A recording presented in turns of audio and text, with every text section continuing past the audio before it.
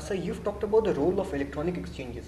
Now, currently we are having a situation in which, because the commissions themselves are evolving in other sectors, there are other sectoral commissions and regulators coming up.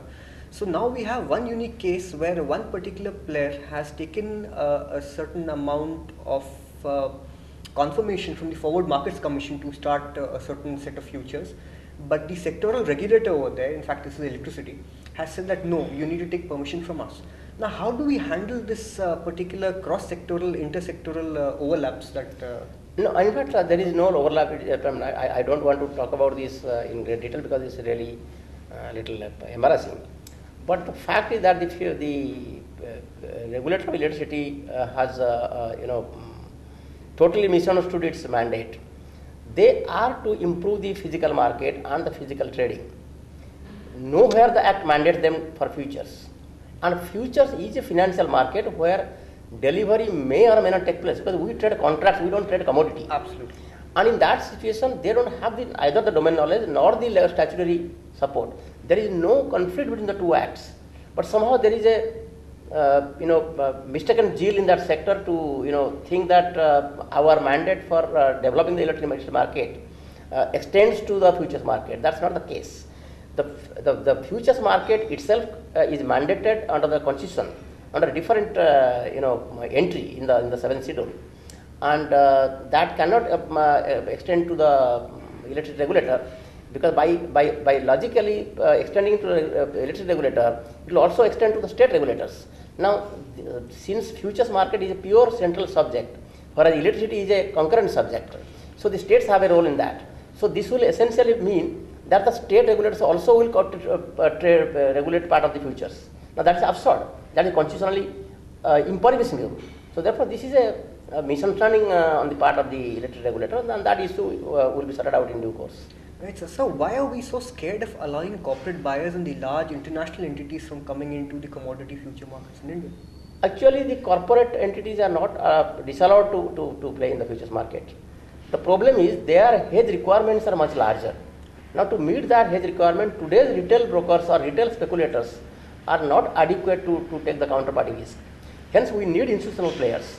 So, the corporates will come to the market in a big way only when the institutional players are allowed, like mutual funds and banks, like they are allowed in the security market or the money market. But why are they not allowed in the commodity? That is because there has been a suggestion from the Ministry of Finance that the futures market, the FMC has not been appropriately, adequately empowered, and therefore let the first act be amended, and thereafter we will permit the institutional players to play in the futures market, so that there is adequate security for their. Though I would like to reiterate here that as far as the regulatory mechanism is concerned, the Forward Market Commission has got as much authority as any other regulator, for that matter SEBI or anybody else. But the problem arises when in terms of enforcement functions, in terms of punitive functions, the Forward Market Commission falls short because the Act has not mandated that, and that is required. The second thing is we require new instruments. So today we operate only futures. We don't have options, swaps, and various other sophisticated derivatives like weather indices, rainfall indices, and such like things. So only when those things come, then they can act almost like an insurance on weather, insurance on rainfall, and such like things. And the options can be a more focused instrument for the farmers to take a position in the future market, so that their downside is protected and upside is free, so that they can wriggle out of the contract by paying the premium and sell in the physical market if the price is high. The price is low, then they can deliver in the futures market and then get the best price. Right. So in this case, how is the farmer going to be empowered, or how is the knowledge going to be given to him of the entire length and breadth of the possibilities that you can give? In fact, that's very challenging though. In fact, right now we are holding a large number of farmer awareness programs all over the country. But as you know, with 120 million farmer families, this is not an easy task. Right. So to reach out to them, so we are trying to focus on the trainers or the opinion makers or the leaders among the farmers in the first instance, so that they can go and at least create some awareness around the farmer. That's number one. Number two, we are trying to create a pool of manpower through various universities and other educational institutions where there is a growing interest in learning about commodities. Third thing, which is of course going to be a much more fundamental, accessibility issue for the farmers, is to create price ticker boards in every single mandi in the country, and maybe go beyond the mandis and go to the panchayat offices and the rural bank offices, the Gramin Bank offices, where the farmer footfall is very substantial, and put electronic price ticker boards, which will indicate the prices of commodities of their interest, because every commodity is not produced in every location.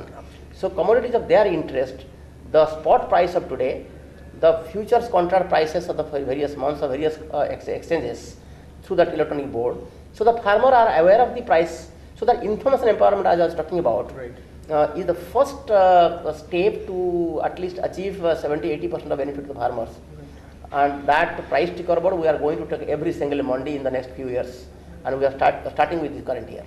That's great. So, for example, measures like e-Chopal of ITC and other private sector measures also most welcome and will be promoted. Sure, because anybody, for that matter, who is providing information to the farmer, providing extension support, providing the timely information services, is very much welcome. And some people have gone beyond providing mere information and also providing now inputs. So any service from any sector is welcome.